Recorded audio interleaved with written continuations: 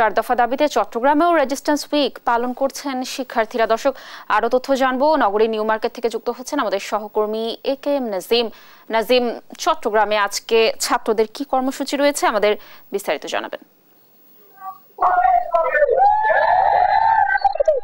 শিক্ষার্থীদের যে 4 দফা নতুন করে কর্মসূচি ঘোষণা করা হয়েছে, সেই কর্মসূচি তারা চালিয়ে যাচ্ছেন।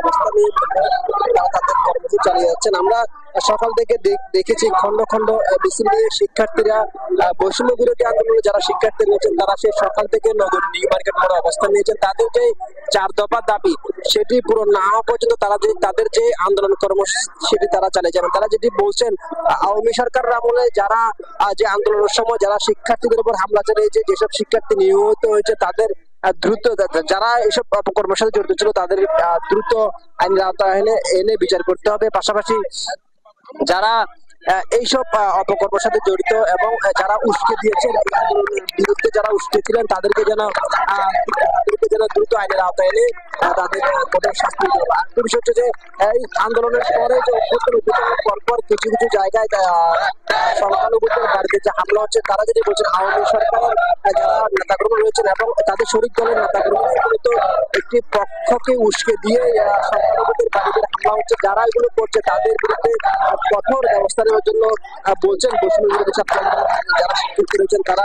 এবং তাদের যে কর্মসূচি আজকে যে তারা যে শিক্ষার্থীরা যেটি বলছেন 15 আগস্ট যেটি আওয়ামী সরকার পালন করতে হবে, তাদের যারা সংগঠন রয়েছে তারা যেটি পালন করতে সেটি তাদেরই 15 আগস্ট। শিক্ষার্থীরা বলছেন জুলাই মাসে যে গণহত্যা চালিয়েছে, যে হামলা চালিয়েছে সেটা আগস্ট, তার মধ্যে কিছুই না। তারা 15 আগস্ট মানছে না। তারা বলছেন তারা তাদের মতো যে কর্মসূচি তারা সেটা চালিয়ে যাবেন এবং 15 আগস্টের নাম দিয়ে আবারও দেশকে অস্থিতিশীল পরিবেশ সৃষ্টি করতে চায়, একটু অরাজকতা পরিবেশ সৃষ্টি করতে চায়, সেই বিষয়ে তারা সজাগ রয়েছেন। তারা তাদের কর্মসূচি চালিয়ে যাচ্ছেন। আমরা দেখেছি এই যে কর্মসূচিটিতে চট্টগ্রাম বিশ্ববিদ্যালয় সহ নগরীর আশপাশের যতগুলো কলেজ বিশ্ববিদ্যালয় রয়েছে সবগুলো বিশ্ববিদ্যালয়ের শিক্ষার্থী রয়েছেন। পাশাপাশি প্রাইভেট যেসব বিশ্ববিদ্যালয় রয়েছে সেসব বিশ্ববিদ্যালয়ের শিক্ষার্থী রয়েছেন। তারা যেটি বলছেন, সাবেক প্রধানমন্ত্রী দেশ ছেড়ে আসলে পালিয়ে যাওয়ার পরপরই তারা তাদের কিছু দোষর এখনো দেশে থেকে গেছেন, এখনো প্রশাসনের বিভিন্ন পর্যায়ে আওয়ামী দোষররা রয়ে গেছেন, তাদেরকে যেন দ্রুত অপসারণ করা হয় এবং কোনো ধরনের অরাজকতা পরিস্থিতি যেন সৃষ্টি না হয় বলছে এখানকার শিক্ষার্থীরা। তো দেখছেন এখানে শিক্ষার্থীরা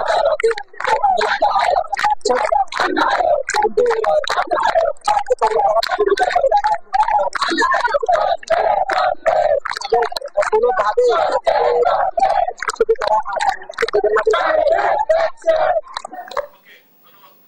ধন্যবাদ নাজিম আমাদের সাথে যুক্ত থাকার জন্য। দর্শক, যেমনটি দেখছিলাম চট্টগ্রামে ছাত্ররা রেজিস্ট্যান্স উইক পালন করছে। এ ব্যাপারে নগরী নিউ মার্কেট থেকে বিস্তারিত তথ্য জানাচ্ছিলেন আমাদের সহকর্মী নাজিম।